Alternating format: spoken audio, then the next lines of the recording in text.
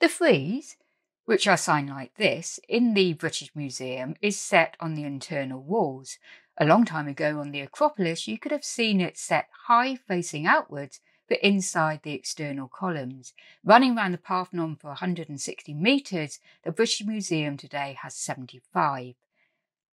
One of the incredible things about this sculpture is how low the relief is. It's just 5 centimetres. Subject of the frieze is from real life in antiquity. And this was the Parthenon procession. Every year the population would join the procession to the Acropolis, and every 4 years there was a greater Parthenon festival. When they got to the Parthenon on the Acropolis, they would have started on the west side and moved along the long sides of the building, arriving at the east side where the altar was placed. You can see so many details on the frieze: horses and humans, around 200 figures in all, mostly men.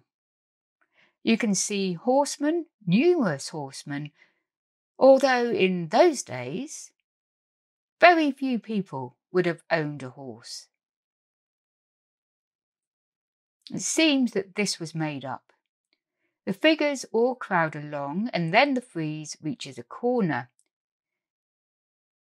There stands a marshal, with clothing over his torso and tucked into his belt and hanging further down. He's organising the procession, which then turns round the corner and continues along the long sides of the north and south frieze. There are numerous horses, their heads depicted one after the other in undulating pattern, and they're all lined up in rows, a forest of legs prancing down the line. This is a busy, bustling scene with rhythm and flow. The horsemen are all differently dressed in terms of their clothing and hair. Up to 8 horsemen are depicted within the 5 centimetres of the low relief, one behind the other and slightly lagging. Up to 8 before the pattern starts again. There isn't any perspective here, so the figures depicted furthest away in the distance are the same size as those close to us.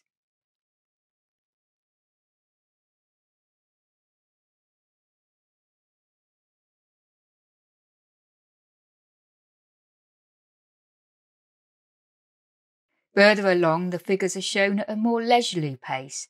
One charioteer is very relaxed, while another pulls at the horse's reins to regain control. There's a young boy with a dress thrown over his shoulder, and there's a man on a horse grasping the reins. Some of the figures are old, bent over and leaning on their stick, or women carrying water, or figures carrying trays. There's music. Then there are figures wearing heavy clothing. These are the grander officials, setting out their superior status as clearly as possible. They're all moving towards the east side to congregate there where the gods are sitting in stately fashion, and they're bigger than the humans as their heads reach the same level despite the fact that they're seated.